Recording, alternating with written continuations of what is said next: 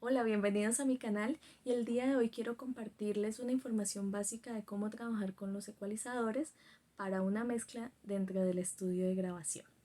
Entonces, lo primero que tenemos que saber es que un ecualizador lo que nos ayuda es a resaltar o atenuar ciertas frecuencias que queremos de los instrumentos o de nuestra mezcla. Entonces, lo hacemos en este caso con un ecualizador paramétrico que nos va a permitir ver por separado la frecuencia, la ganancia y el ancho de banda.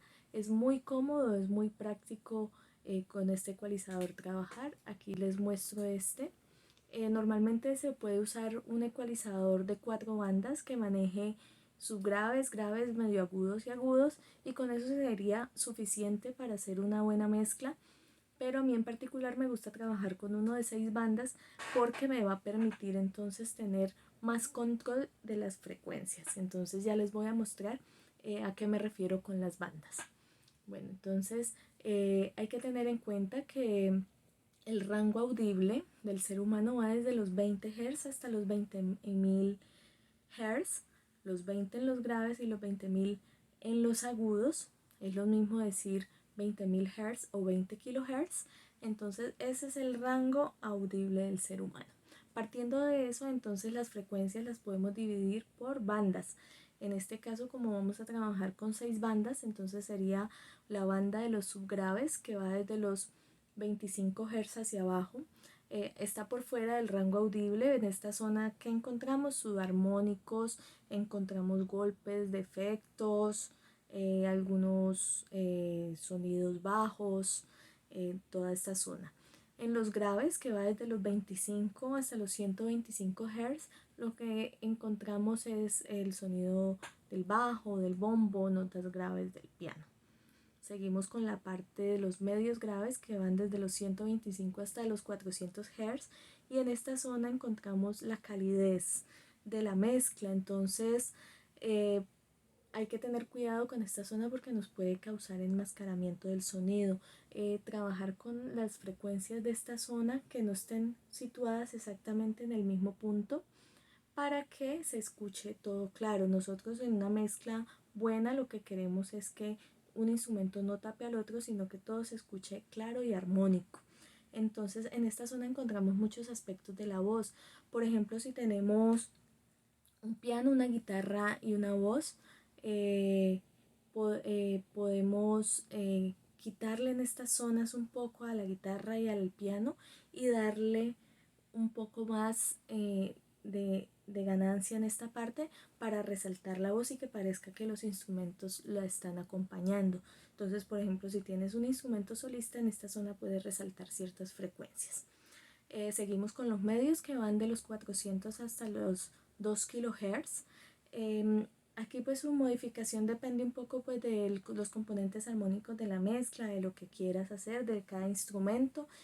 Por lo regular están los sonidos de las vocales, el sonido un poco más nasal. También tenemos entonces los medios agudos, que van desde los 2 hasta los 8 kHz. Este es el sector de mayor sonoridad. Aquí es donde se encuentran sobre todo el ataque de muchos instrumentos. El ataque es esa fuerza con que arranca un instrumento, el primer golpe del bombo, por ejemplo, el pop de las cuerdas del bajo y las consonantes.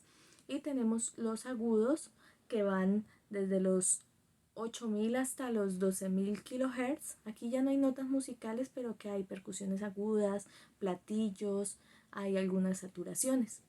Y tenemos otra zona adicional, que serían los agudos superiores, que es de los 12.000, desde los 12 kHz en adelante. Y en esta zona, por lo regular, lo que hay son ruidos e interferencias, ruidos de cables, resoplidos, por ejemplo, los ruidos de los procesadores de efectos en esta zona. Listo, entonces hay también tipos de filtros. Entonces, por ejemplo, en la zona de abajo, aquí en esta parte, ustedes pueden ver que hay unos diferentes tipos de marcas para las frecuencias. Entonces vamos a ver para qué sirven. Por ejemplo, aquí tenemos el high pass, que sería entonces un filtro de corte. High pass significa un filtro paso alto. ¿Qué hacemos con este filtro? Este filtro lo encontramos en la zona de las bandas graves. Lo hacemos para quitar, cortar y eliminar esas frecuencias que no queremos, cortar información no deseada. Entonces, por ejemplo, si yo le corto de 40 Hz hacia abajo a un bajo, yo de pronto auditivamente no se va a notar mucho, pero yo sí le puedo otorgar a la mezcla nitidez y claridad al dejar más libre esas frecuencias graves que me pueden oscurecer la mezcla. Se va a resaltar más los medios y los agudos, entonces se va a traducir en una mezcla más clara. Entonces eso mismo, esas mismas frecuencias de corte las podemos hacer en los agudos. Entonces en los agudos podemos quitar esas resonancias, esos resoplidos, ruidos de ambiente que tienen los procesadores de guitarra, que tienen un ruido, también lo podemos quitar en esa zona, pero hay que tener mucho cuidado con esta zona porque en esta zona también hay algunas frecuencias de algunos instrumentos, entonces no se puede cortar mucho, por ejemplo hasta acá, porque si tenemos un platillo y que necesitamos que se escuchen esos armónicos del platillo, pues los vamos a cortar, entonces con mucho cuidado, más llevándolo hacia los 20.000 Hz. Aquí yo por ejemplo al piano si está solista, yo le puedo hacer un filtro paso altos a partir de los 40, pero si está acompañado de otros instrumentos, de un bajo, de un bombo, yo lo puedo quitar hasta 80. ¿Listo? Entonces, en este caso vamos a quitarle 40 nada más porque está solo el piano. Vamos a escuchar el piano aquí como lo tengo grabado, un piano que ya tenía grabado previamente.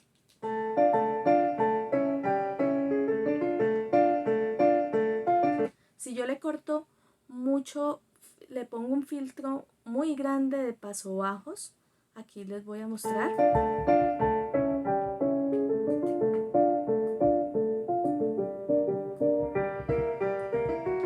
Le voy a quitar frecuencias muy importantes al piano que son parte del instrumento, entonces la idea es no quitarle pues esas frecuencias que necesitamos.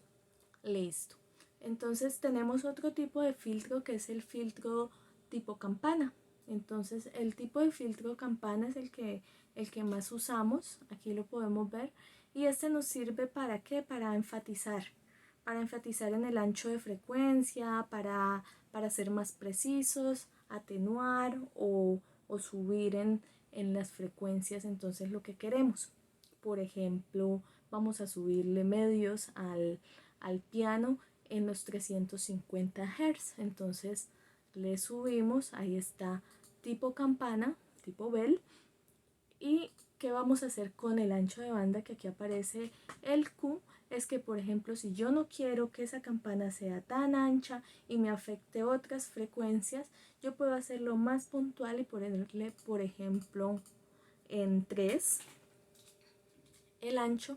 Inmediatamente la campana se va a cerrar un poco más, entonces ese cambio que yo haga allí va a ser más puntual. Por ejemplo, sería muy útil a la hora de quitar un ruido indeseado, entonces que sea muy puntual en esa frecuencia que yo lo quiero manejar. ¿Listo? Por ejemplo.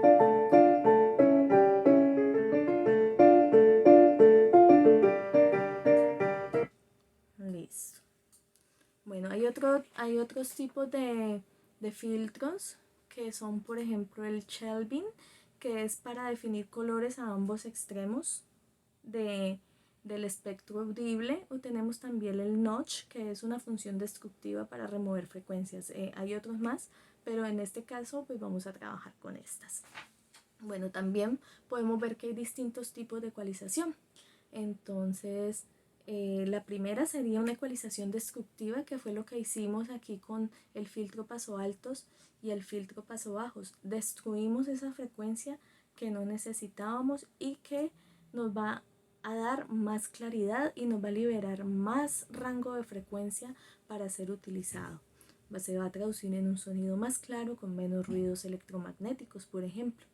También tenemos una ecualización constructiva. Esta ecualización se trata de realzar frecuencias. Entonces, por ejemplo, si queremos agregarle más brillo a este piano que tenemos aquí, Por ejemplo, podemos ir a los 9000 Hz y agregarle entonces acá brillo. Entonces vamos a escuchar.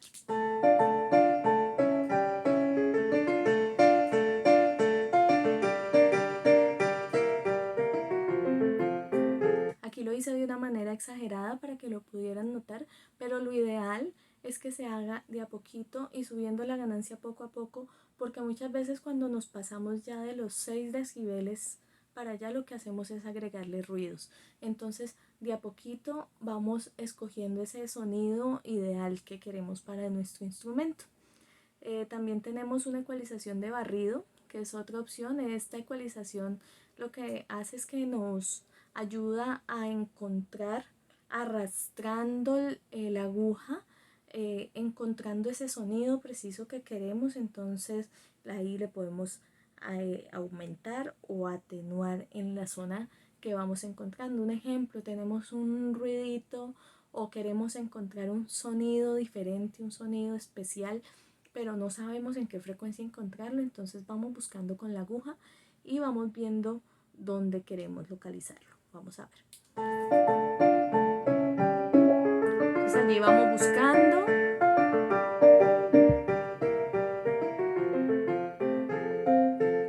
Ahí va cambiando. Entonces, por ejemplo, yo encontré, allí me gustó cómo sonó, entonces ya lo dejo allí. Entonces esa sería una ecualización de barrido. También hay una ecualización paramétrica, que fue lo que hicimos ahora con la aguja del Q de ancho, para realzar un timbre bien específico, que le hicimos el ancho de banda en la campana más angosto para que afectara esa pequeña frecuencia. También hay una ecualización de fundido, que se trata de fusionar dos instrumentos, pero esa la vamos a ver después. Bueno, espero que les sirva este video, que les sirva la explicación de cómo funciona el ecualizador paramétrico en este caso. Los espero en un próximo video y suscríbanse a la página. Chao.